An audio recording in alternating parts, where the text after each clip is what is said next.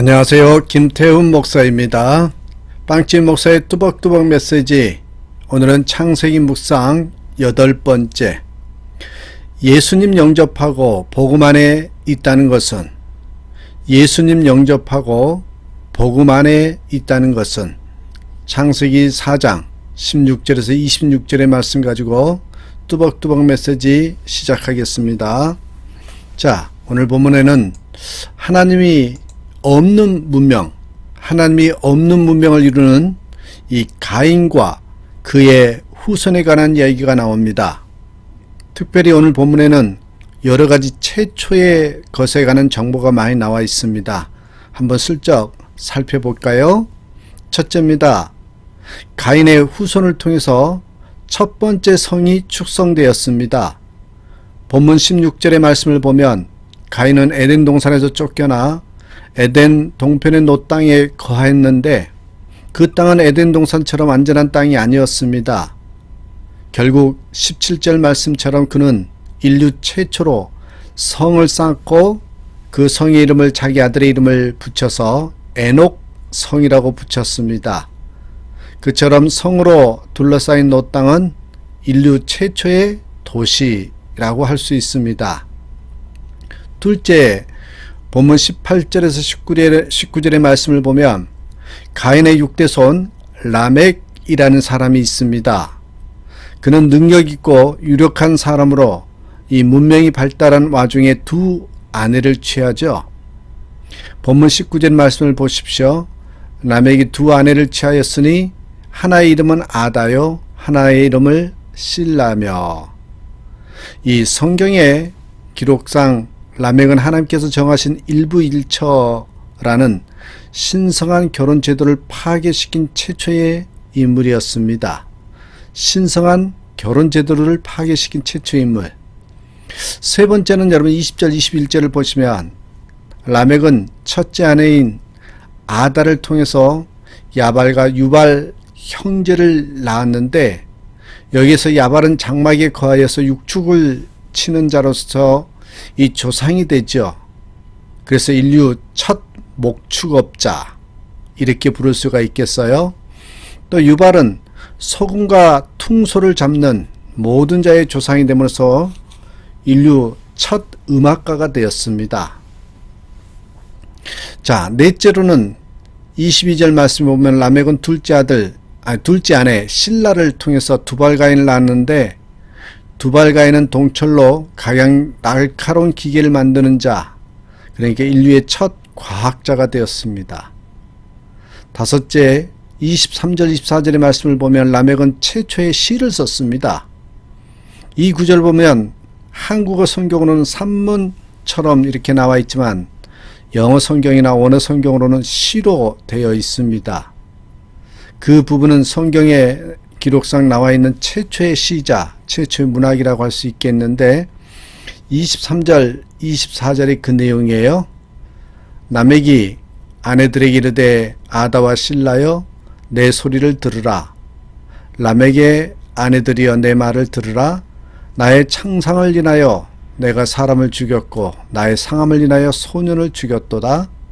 가인을 위하여는 벌이 7배일진데 라멕을 위하여는 벌이 77배 일이로다. 어떤 내용이에요?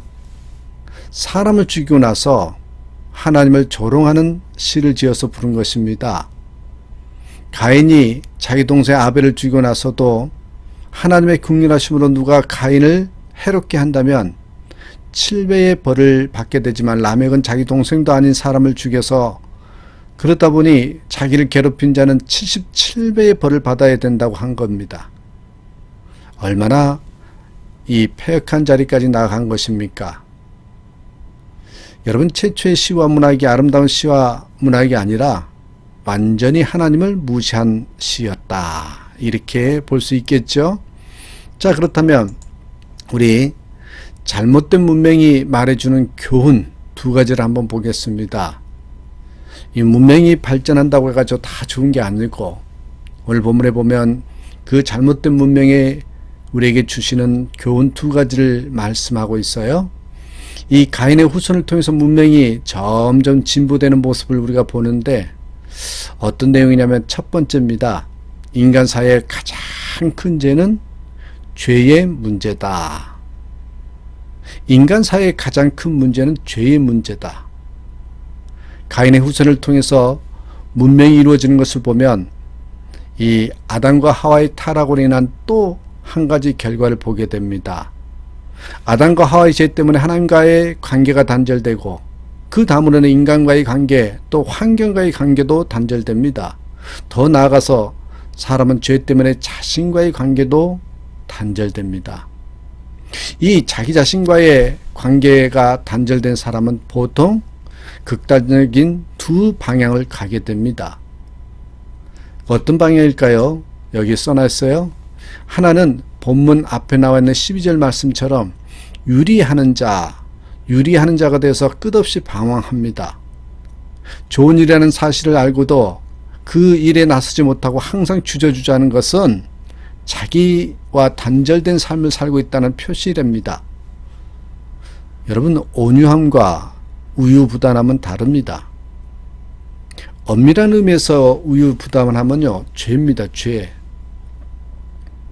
또 하나, 자기와의 관계가 단절된 사람은 유리하는 자와 완전히 반대로요, 행동주의자가 돼서 완벽하게 행동하려고 합니다. 완벽주의자가 되려고 하죠.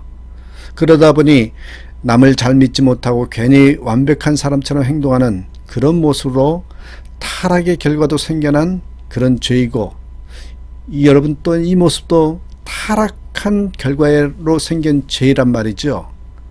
주의를 지키지 않고 쉬지도 않고 일을 하는, 어떤 면에 보면 일 중독자의 모습도 타락의 결과로 생겨난 죄 때문입니다. 아벨을 죽인 후에 가인의 모습은 유리하는 자의 모습이고, 가인의 후손이 여러 가지 문명을 발달시킨 것은 행동주의자의 모습입니다. 사실상 그런 인간의 죄성을 이해해야 인간 사회 문제점을 제대로 이해할 수 있고 바른 해결책을 모색할 수 있습니다. 그런 인간의 죄성을 이해하지 못하고 여러분 사상과 논리로 인간 문제를 해결책을 모색하려 해봤자 여러분 해결되지 않습니다. 그런 것으로서 생겨난 것들이 바로 여러분 무슨 주의 이런 이데올로기들입니다. 예를 들어 보면 공산주의의 기본 사상은 같이 평등하게 나누자. 이 같이 평등하게 나누자는 게 공산주의의 기본 사상이거든요. 얼마나 좋은 생각입니까? 그러나 죄인은 같이 평등하게 나눌 수도 없고 평등한 중에서도 여러분 또 불평등이 있습니다. 공산주의의 최대 약점은 그러므로 여러분 인간 이해입니다. 인간이 죄인이라는 사실을 간과한 것입니다. 이게 여러분 공산주의의 가장 잘못된 취약점이에요. 사실 여러분 이 사회의 모든 단절과 부조리의 원인은 인간이 죄인이기 때문에 생기는 것입니다. 그 죄의 문제를 두고 인간 문제는 궁극적인 해결책이 없습니다. 시궁창에 빠진 아이를 깨끗하게 하기 위해서는 여러분 옷만 갈아입혀서는 안 되잖아요. 먼저 몸을 깨끗하게 해야 됩니다. 사회주의냐 자본주의냐 하는 것은 그다지 중요한 문제가 아닙니다. 인간이 죄인인 바에는 자본주의 옷을 입혀놔도 썩고 사회주의 옷을 입혀놔도 썩습니다. 무슨 주의와 이데올로기로 입혀놔도 사람을 사람 되게 할 수 있는 이념은 없습니다. 모든 사회 문제는요 인간이 죄인이라는 데서 시작됩니다. 이것을 해결하지 못하면 아무것도 해결되지 못합니다. 개인적이든 사회적이든 국가적이든 이 모든 절망의 원인이 죄에 있습니다. 그런 사실을 이해하는 사람에게 예수님이 십자가의 보혈로 죄의 문제를 해결했다는 사실이 얼마나 여러분 감격적인 사실인지 모릅니다. 그런 의미에서 우리가 예수님을 영접하고 이 복음 안에 있게 된 것은 이 세상의 어떤 축복보다도 소중한 축복입니다.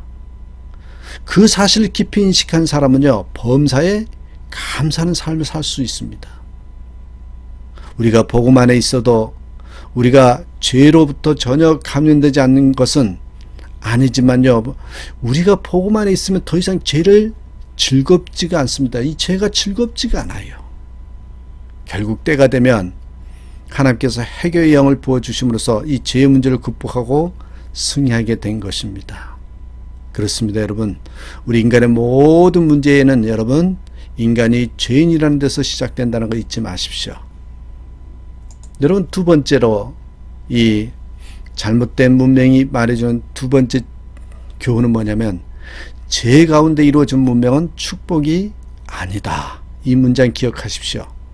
죄 가운데 이루어진 문명은 축복이 아니에요. 본문을 보면 가인의 후손을 통해서 분명히 문명은 진보했습니다. 그러나 도시도 쌓고 문화생활이 좋아지면서 일부 다처제로 하나님께서 설정한 그런 가정의 원리를 파괴하는 모습을 보십시오. 하나님이 함께 하시지 않는 풍요, 하나님이 함께 하시지 않는 발전과 문명은 결코 축복이 아닙니다. 진정 축복된 삶은 죄를 떠난 삶입니다. 죄의 터전 위에서 이루어진 문명은 여러분, 신앙과 양심 그리고 윤리와 도덕을 부패하게 만들어서 폭력을 가져오고 인간의 자멸을 초래하게 합니다.